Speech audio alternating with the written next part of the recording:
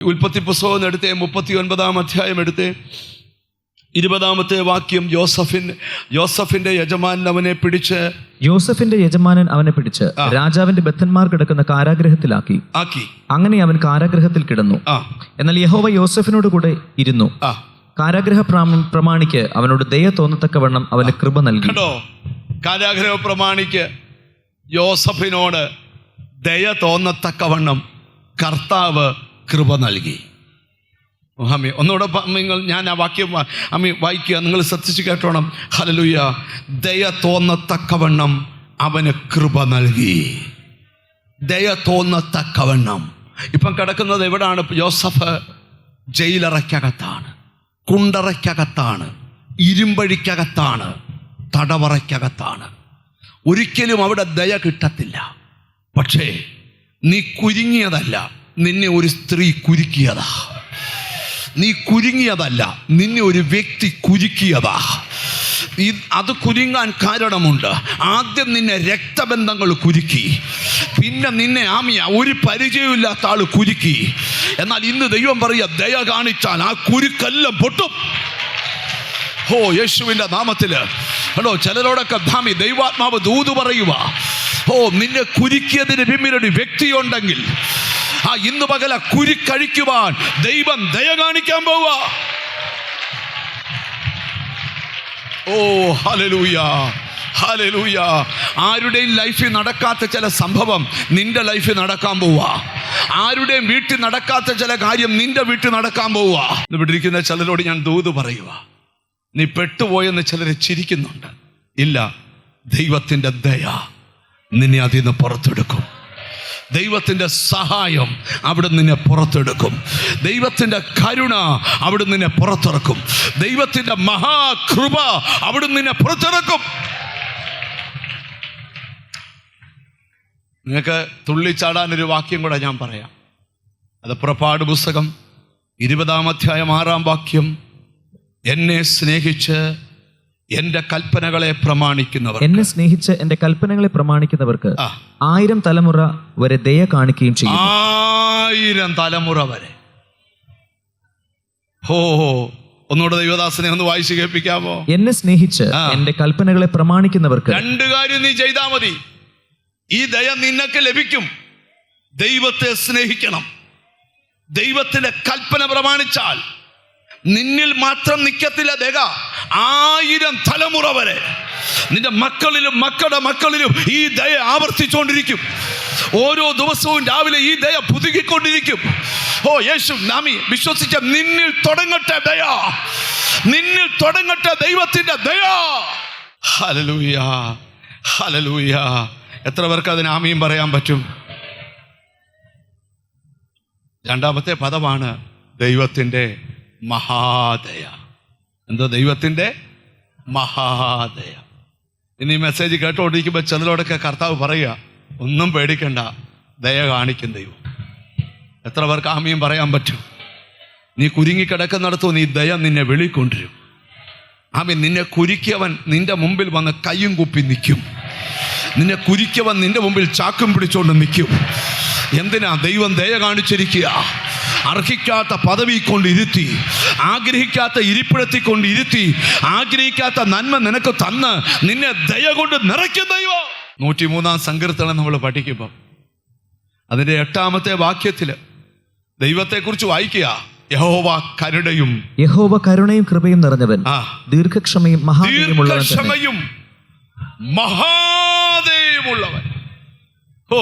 നമ്മുടെ ദൈവം ആരാ? കൃപയും കരുണയും നിറഞ്ഞവൻ.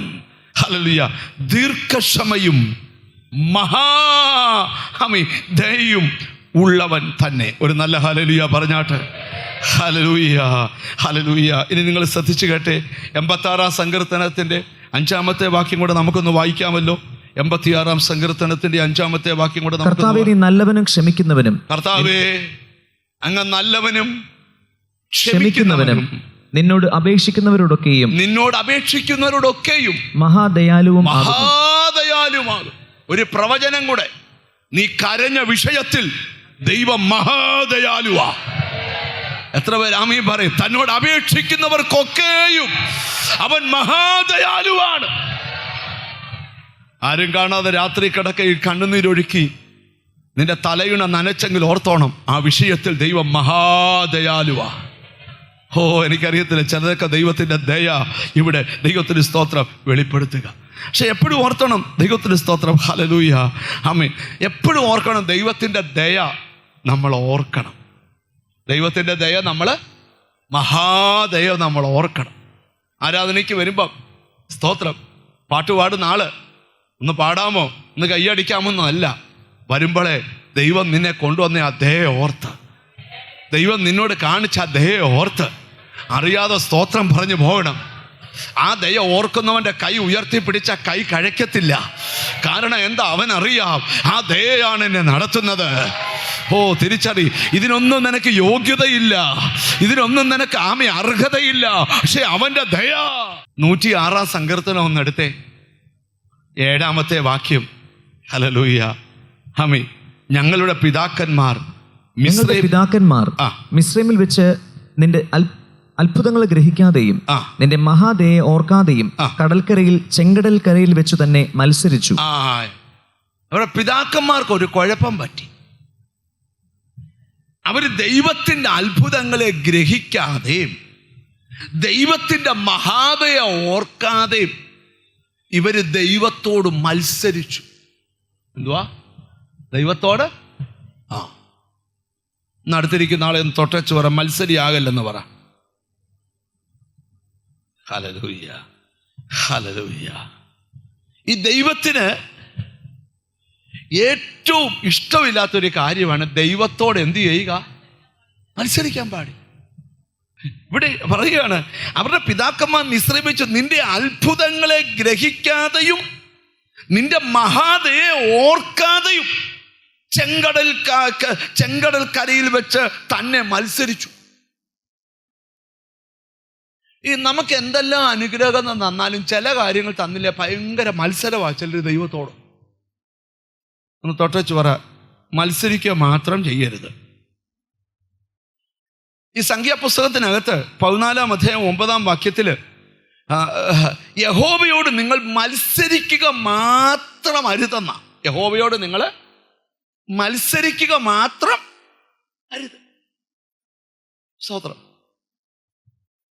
അതിന്റെ കാരണം 1 ശമൂവേൽ 15-ാം അധ്യായത്തിൽ 23-ാമത്തെ വാക്യമുണ്ട്, മത്സരം ആഭിചാരദോഷം പോലെയാ.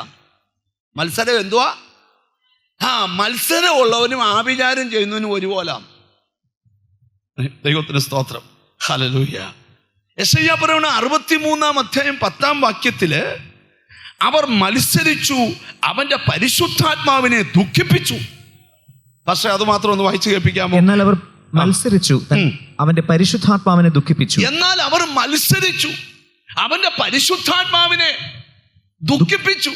അതുകൊണ്ട് അവൻ അവർക്ക് ശത്രുവായി തീർന്നു. മതി, ശത്രു. ശ്രദ്ധിക്കണം, ഇവിടെ തിരിച്ചറിയേണ്ട ഒരു കാര്യമുണ്ട്.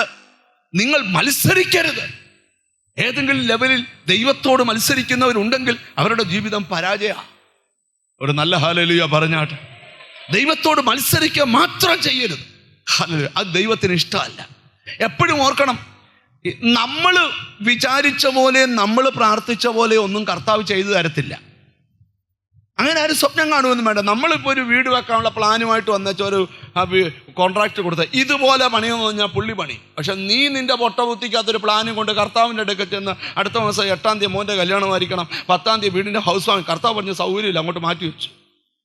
ഈ 8-നും ഇല്ല, അടുത്ത 3 മാസം കഴിഞ്ഞുള്ള 8-നെ നടത്തുന്നുള്ളൂ. നിങ്ങൾ ദൈവത്തെ പഠിപ്പിക്കാൻ പോകല്ലേ. ഉണ്ടോ? മിണ്ടുന്നില്ല. കർത്താവ് തരുന്ന കൃപയൊക്കെ അനുഗ്രഹങ്ങളൊക്കെ കൈ നീട്ടി വാങ്ങിക്കാൻ മാത്രം പഠിക്കണം. ഒരു നല്ല ഹല്ലേലൂയ പറഞ്ഞാട്ട്. ഞാനിവിടെ ഇരിക്കുന്ന ചിലരോട് പറയാം, ആമേ, നീ ദൈവത്തെ വിശ്വസിച്ചോ, നീ തകരത്തില്ല. അവൻ നിന്നോട് ദയ കാണിച്ചിരിക്കും. സങ്കീർത്തനത്തിലൊരു വാക്യമുണ്ട്, ഹല്ലേലൂയ. വാക്യം 107-ാം സങ്കീർത്തനം. ഹല്ലേലൂയ. ആമേ 10, 11, 12 വാക്യങ്ങൾ.